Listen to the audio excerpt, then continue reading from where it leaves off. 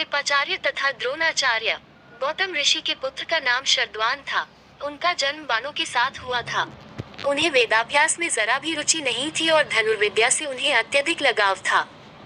वे धनुर्विद्या में इतने निपुण हो गए कि देवराज इंद्र उनसे भयभीत रहने लगे। इंद्र ने उन्हें साधना से डिगाने के लिए नामपदी नामक एक देवकन्या को उनके पास भेज दिया।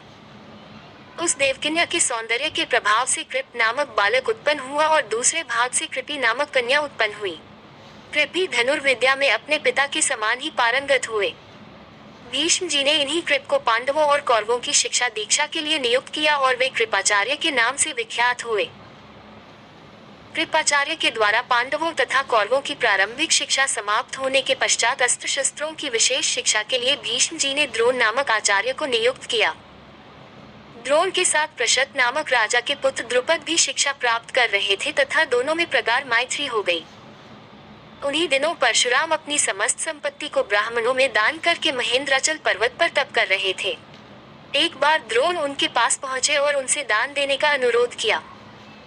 इस पर परशुराम बोले, वत्स तुम विलंब से आए हो, मैंने तो अपना सब कुछ पहले से ही ब्राह्मणों को दान में दे डाला है।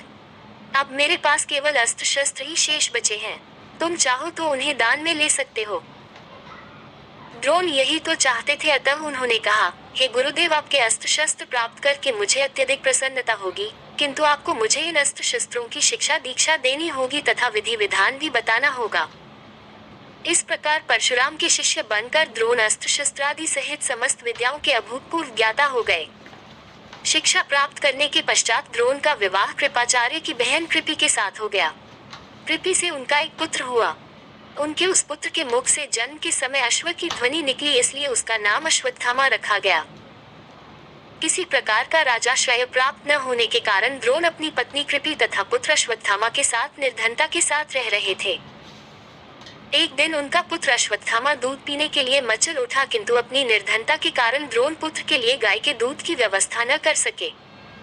अकस्मात उन्हें अपने बाल्यकाल के मित्र राजा द्रुपद का स्मरण हो आया, जो कि पांचाल देश के नरेश बन चुके थे। द्रोण ने द्रुपद के पास जाकर कहा, मित्र, मैं तुम्हारा सहपाठी रह चुका हूँ।